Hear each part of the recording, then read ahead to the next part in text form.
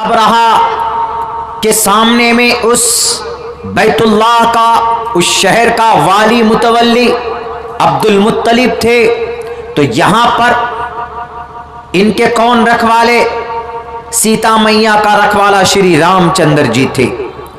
वहां पर बैतुल्लाह पाक जमीन, और यहां पर सीता मैया जिसका अपहरण करने के लिए रावण आया था, जब अपहरण होकर चला जाता है तो तब एक उनको बचाने वाला कौन आता है? हनुमान बचाने के लिए आता है और लंका जाता है। एक लंबी हिस्ट्री है। तब उनको बचा कर लाता है, पूरे लंके में आग लगाकर। सेम इसी तरीके पर जब बैतुल्लाह को डेमोलिश करने के लिए हाथियों के साथ, लाव लश्कर के साथ वह अबरहा आता है, तो तब अल्लाह तबारक व तआला आप सूरे अलम तरा कैफ पढ़िए। अलम तरा कैफ फ़अल रब्बुका बिअस्हाबिल फील अलम यजअल कैदहुम फी तज़लील व अरसल अलैहिम तैरन अबाबिल तरमीहिम बिहिजारतिन मिन सिज्जील फजअलहुम कास्फिन माकूल।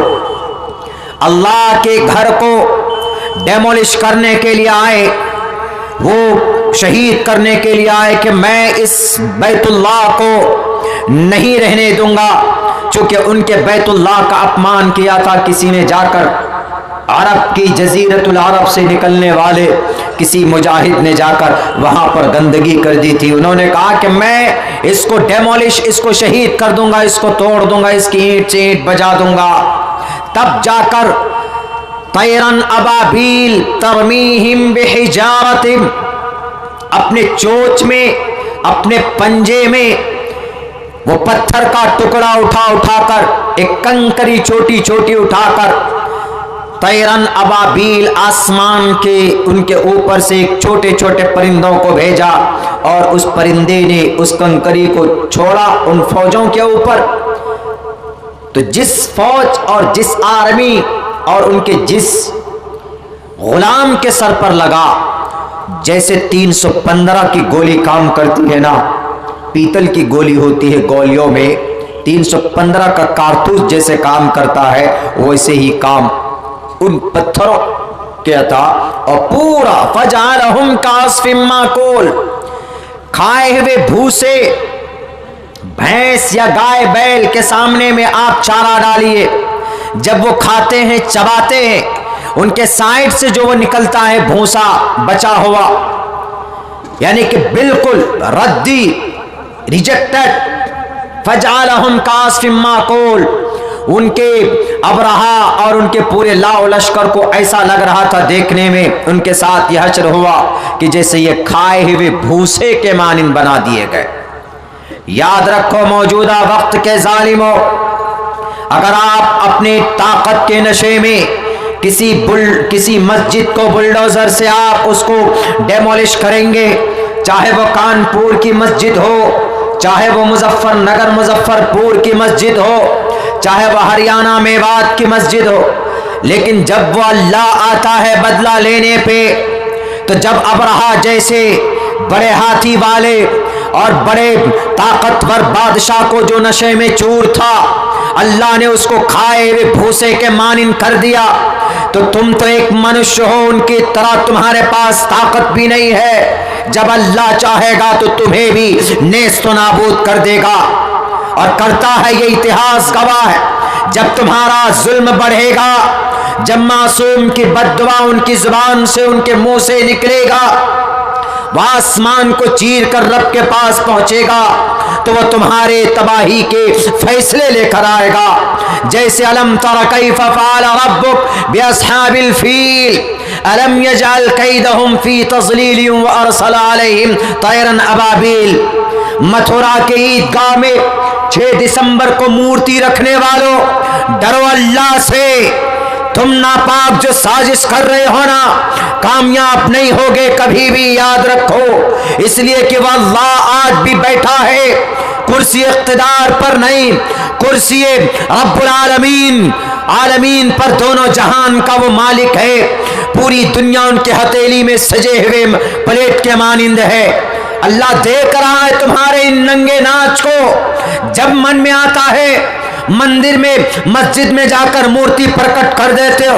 और जब मन में आता है जनाब, मथुरा के ईदगाह में 6 दिसंबर को इस बार सन 2021 को लाल बुजक्कर जी उत्तर प्रदेश के गार्जियन, उनके सामने में मूर्ति रखने की कोशिश की जाती है। तुम्हारे अब्बा और दादा का नहीं है, वो बड़ी कुर्बानियां दे देकर हासिल की है। इस जमीन को अंग्रेज से हमने छुटकारा दिलाया है। तुम्हारा वजूद नहीं है, तुम्हारी खुशबू तक नहीं है आजाद कराने में इस देश को। इसलिए याद रखो, अबरहा को तबाह किया था रब ने, काबतुल्लाह की को ढाने की नीयत से आया था। अगर इस भारत की धरती पर अगर किसी मस्जिद को तुम शहीद करोगे तो अल्लाह की सिफत क़हारियत जब जोश में आएगी, अभी तो तुम्हारे सर पे बाल नहीं है, कल चलकर तुम्हारी नस्लें तबाह हो जाएंगी। ऐसे तबाह होंगी जैसे तुम्हारे सर से बाल गायब हो गए, ऐसे तुम्हारे समाज से तुम्हारी नस्ल को ऊपर वाला बर्बाद कर देगा। क्यों? वो जगह हमारी है, वहां पर किसी के ऊपर जुल्म ज़्यादती करके उसको तामीरात नहीं किए गए। वहां पर ईदगाह के 24% थे। 666 साल तक हुकूमत थी इस देश में हमारी, 24% थे उस वक्त में। और आप कितने परसेंट में? बाकी 100 में से बचे हुए 74-76% में तो आप ही थे ना। हम चाहते तो आप 24% होते, हम 66% होते, लेकिन नहीं। क्यों? क्योंकि हमारे लोगों ने पूर्वज ने कभी भी ये गंदी राजनीति की ही नहीं। बहरे कैफ एक अलग तरफ टॉपिक जा रहा, मैं तो सवाल का जवाब देना चाहता हूं। तो क्या कहा, उस अबरहा बादशाह को बिल्कुल तबाह बर्बाद कर दिया। सेम मुझे बात बतानी थी हनुमान की, तो हनुमान गए। हनुमान हिनन करने वाली जात, मैं कई जगह बताया हूं, हिनन करने वाली जात, तो हिनन करने का मतलब नेकी करने वाली जात। तो जैसे अबरहा के वाक़े में तैरन अबाबील का तज़किरा है, वैसे ही श्री रामचंद्र जी की जिंदगी में हनुमान का तज़किरा पूरा कहा जाता है कि यही काबतुल्लाह की, इसको जो किडनैप किया गया था और इस पे कब्जा करने की जो कोशिश की गई थी, पूरी उसी हिस्ट्री को मिर्च मसाला लगाकर रामायण तैयार किया गया। अब्दुल मुत्तलिब रामचंद्र जी, काबतुल्लाह सीता मैया, रावण अबरहा बादशाह, तैरन अबाबील यहां पर, वहां पर हनुमान जी। तो हनुमान यम दूत उनका अकीदा होता है, हिंदू भाइयों का दूत होते हैं। यानी अरे ये दूत बनकर आया है, जब किसी भी परेशानी में कोई उसकी मदद कर देते हैं, कहते हैं तो भगवान का रूप लेकर दूत बनकर आए। दूध अवतार, यमदूत यमराज इसी से निकला।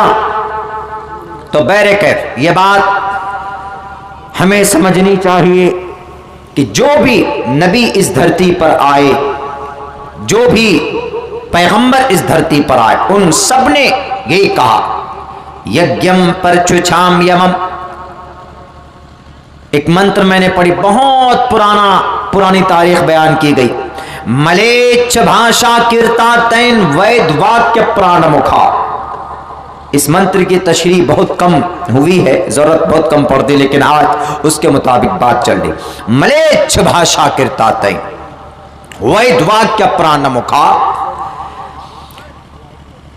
इंसान के प्राण को, उनकी जान को मुक्ति देने के लिए हमेशा से जो जप किया गया, जो मंत्र पढ़े गए, जो मूल मंत्र पढ़ा जाता है, मलेच्छ भाषा।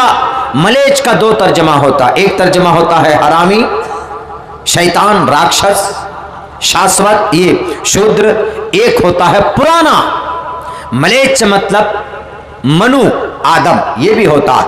एक मलेच्छ का मतलब होता है नाप, मलीच, नापा। लेकिन यहां पर तर्जमा आदमी, पुराना, मलेच्छ भाषा कीर्ता तैन। आदमी की जुबान बहुत पुरानी है और अपनी प्राण की रक्षा के लिए बहुत पुराना मंत्र पढ़ा जाता है, जो सेम और सिमिलर है। वो यही ला इलाहा इल्लल्लाह, वो यही है एकम ब्रह्मा द्वितीय नास्ते।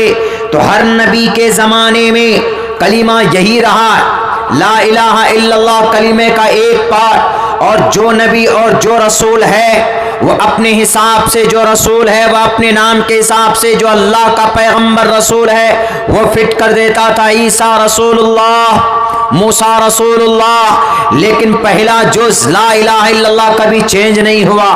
हमने कहा कि मेरे भाई साहब जो भी थे, हजरत इब्राहिम को मानने वाले, हजरत मूसा को मानने वाले, उनका यह अकीदा है कि हमारा माबूद अल्लाह है और हमें हमारा नबी और हमारा रसूल फला फला साहब। हजरत इब्राहिम की शरीयत को मानने वाले हजरत इब्राहिम को अल्लाह के रसूल मानते थे और उनका यह अकीदा था कि अल्लाह माबूद है, माबूद अल्लाह के सिवा कोई नहीं है अल्लाह के बाद, और हमें इस धरती में मौत आनी, हमें मरना है। आखिरत का अकीदा, आखिरत का अकीदा और अल्लाह की वैदानियत का अकीदा और फरिश्तों का अकीदा, ये अकायद कुछ ऐसे थे जो कभी बदले नहीं हैं, कभी नहीं बदले, हमेशा से चले आते रहे।